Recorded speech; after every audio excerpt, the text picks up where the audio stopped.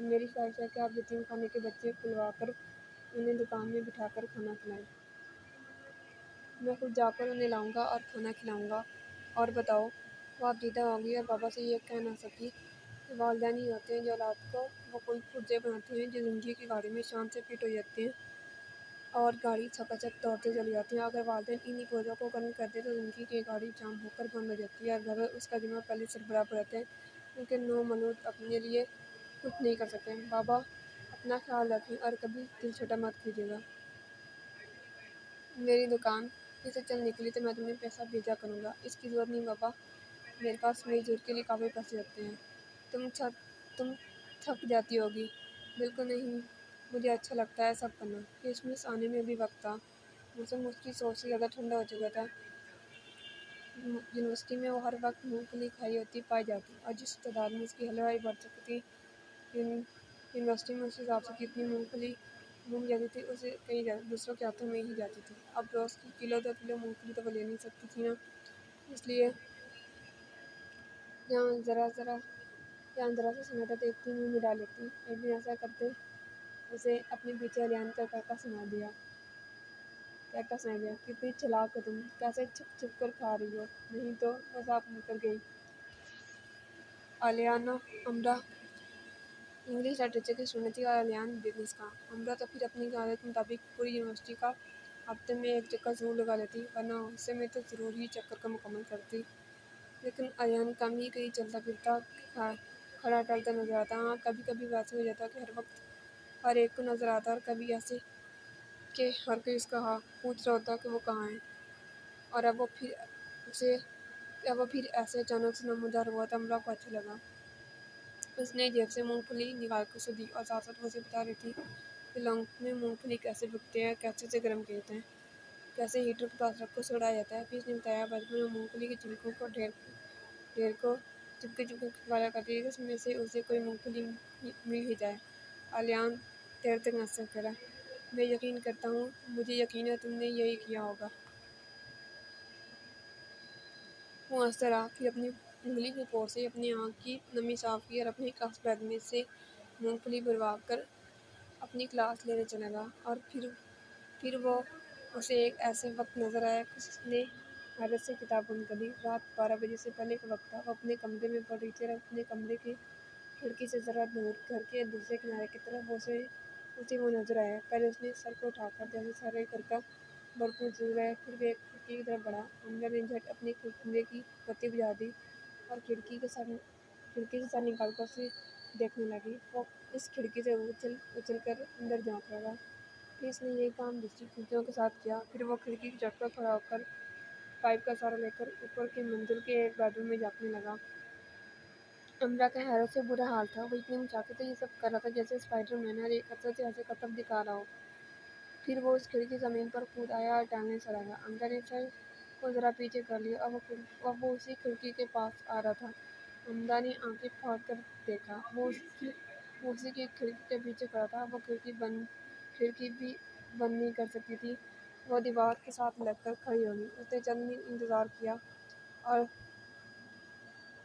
کھڑکی سے پیچھے جھانکنے کے لیے آگے ہوئی اور اس کی چیخ نکل گئی۔ الیان ایک دم سے اس کے سامنے آیا۔ وہ کھڑکی پر چڑھ چکا تھا۔ امرا، الیان نے سرگوشی سی کی۔ تم یہاں؟ امرا 2 قدم پیچھے ہٹی۔ تم یہاں؟ کھڑکی کی چوکھٹ پکڑے وہ گرنے کے قریب ہوا۔ پھر اس نے جلدی سے مضبوطی سے کھڑکی کا تھام لیا۔ جنگل یا بیابانوں میں اندھیرے کے بستر پر میٹھی نیند سوئے سب اس کی آنکھوں میں ایک ایک کر کے جاگنے لگی۔ یہ میرا کمرہ ہے، یہ میرا گھر ہے امرا۔ اسکار دباتا ہوا نیچے کھو گیا، کسی جنگلی جانور کی طرح جیسے وہ کسی کو اپنا گرو مانتا ہوگا۔ امرا نے بے طرح حیران ہو کر جیسے خود کو ہوش میں لانا چاہا۔ اسے یقین نہیں آ رہا تھا کہ ابھی جو اس نے دیکھا وہ سچ تھا، خواب تھا، حقیقت تھا، خواب نہیں تھا۔ اس کا یونہی فالو ایسے اس کے کمرے کی کھڑکی میں آنکھوں سے بتایا گیا کہ یہ اس کا گھر ہے۔ اس نے جلدی سے آگے بڑھ کر کھڑکی سے سر باہر نکالا اور وہ ذرا اور دور دوسری کھڑکی کی طرف ڈھکا پر کھڑا تھا اور بار بار گھڑی دیکھ رہا تھا۔ آخر وہ کیا کر رہا تھا؟ ایسے آدھی رات کے وقت اس کی رہائش گاہ کے گرد پاگلوں کی طرح کود پھاند رہا تھا۔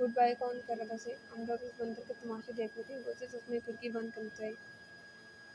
میں نہیں جانتا کہ میں وہاں سے یہاں کھڑا کیسے لگ رہا ہوں، لیکن یہاں سے تم کھڑکی سے جھانکتے ہوئے تھامس کی ہاتھ سے بنی گرل آئز ونڈو جیسی لگ رہی۔ بس تم ذرا غصے میں ہو۔ ٹامر کی گردن اٹھاتی ہے، بیگ کو سنبھالتا دونوں ٹانگوں کی طالب جاتا وہ چلا گیا۔ بندر اتنے پیارے اسپائڈر مین کو امرا بندر کہہ کر پکارنے لگی۔ اس کا دیا کیک وہ کچن میں رکھ ہے۔ اس کا کوئی موڈ نہیں تھا رات کے وقت اس وقت کیک کھانے کا، لیکن آلیان کے اس طرح آنے کے بارے میں وہ نہ چاہتے ہوئے بھی رات گہر تک سوچتی رہی۔